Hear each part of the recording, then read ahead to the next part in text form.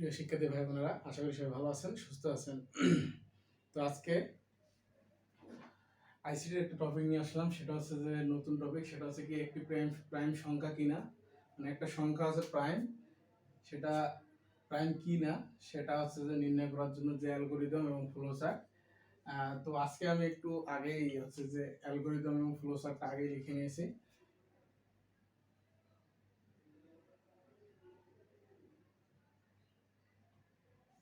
এটা হচ্ছে অ্যালগোরিদম আর এটা হচ্ছে ফ্লোচার্ট। তো এটা আজকে আগেই তুলে রাখার কারণ হচ্ছে যাতে আপনাদেরকে আমি প্রপারলি বিষয়টা ক্লিয়ার করতে পারি, কারণ আমি যদি লিখতে যাই তো লিখতে যে সময়টা চলে যায় আপনাদের হয়তো এই অল্প সময়ে ক্লিয়ারলি বোঝানো সম্ভব হয় না।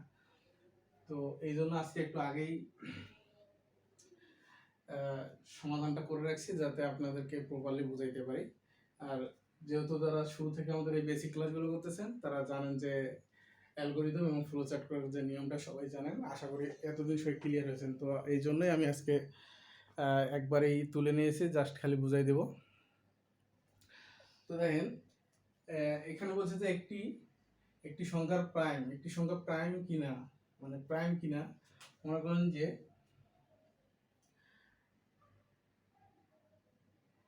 59 এই সংখ্যাটা প্রাইম কিনা, এটার জন্য যে অ্যালগোরিদম বা ফ্লোচার্ট এটাই মনে করেন যে করছে। তো এখানে আমি সংখ্যাটা হচ্ছে যে ধরি নাই, জাস্ট মানে ধরছি যে একটা সংখ্যাটা ধরছি, মনে করেন যে আই। এই সংখ্যাটা প্রাইম কিনা এই সংখ্যাটা এখন আমরা করব। তো আমরা জানি যে অ্যালগোরিদমে প্রথমে থাকে কি শুরু, তো আমরা লিখছি কি ধাপ 1 এ লিখছি শুরু এবং ধাপ 2 এ লিখছি হচ্ছে এই যে প্রাইম কি বলছে, কি প্রাইম একটি সংখ্যার ইংলিশ কি নাম্বার, সংখ্যার ইংলিশ কি নাম্বার। তো এই নাম্বারের NUM, এই সংক্ষিপ্ত আকারটা নিয়েছি NUM, নাম্বারের সংক্ষিপ্ত আকারটা নিয়েছি কি NUM। তাহলে আমরা হচ্ছে কি নাম্বার চলককে মান গ্রহণ করি বা NUM এর চলকের মান গ্রহণ করি। তারপর হচ্ছে কি ধাপ 3 তে লিখছে কি I equal 2, ধাপ 3 তে লিখছে কি I equal 2, ধাপ 3 তে লিখছে I equal 2 অথবা কাউন্ট ইকুয়াল 0 ধরি, কাউন্ট ইকুয়াল 0 ধরি। তো দেখেন এখানে কাউন্ট যখন আমরা 0 ধরছি, তারপরে ধাপ 4 এ আমরা গেছি কি I equal নাম্বার যদি বড় হয় সেক্ষেত্রে হবে ইয়েস, বা আমরা বলবো যে ইয়েস হলে ধাপ 5 এ যায়, আর যদি নাম্বারটা ছোট হয় তাহলে বলবো নো হলে ধাপ 6 এ যায়।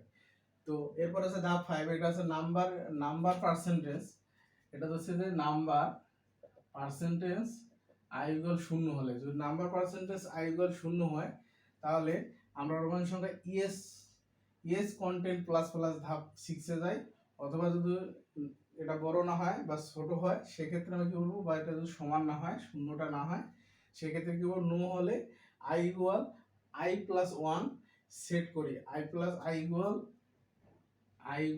I plus 1 সেট করি, সেট করে কি করব 4 নং ধাপে যাই, সেট করে যাব আমরা কত 4 নং ধাপে।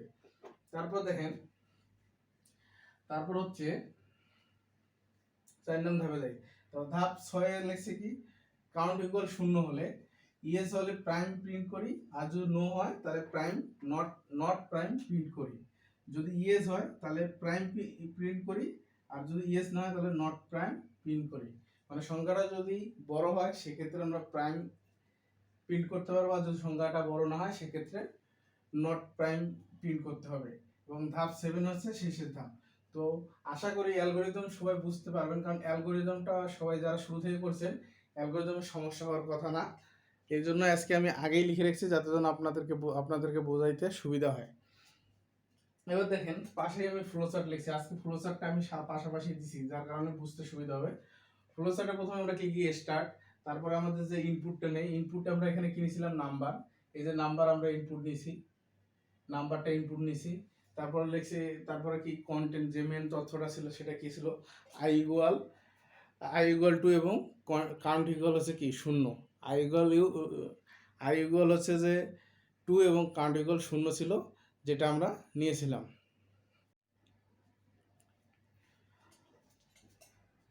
তো দেখেন কন্টেন্ট ইকুয়াল আই ইকুয়াল 2 এবং কাউন্ট ইকুয়াল 0 হলে তারপর আমরা লিখছি কি আই ইকুয়াল এবং নাম্বার যদি বড় হয় সেক্ষেত্রে হবে, যদি ইএস এর ক্ষেত্রে হলে হচ্ছে যে প্রিন্ট হবে, আর ইএস না হলে সেটা প্রিন্ট হবে না।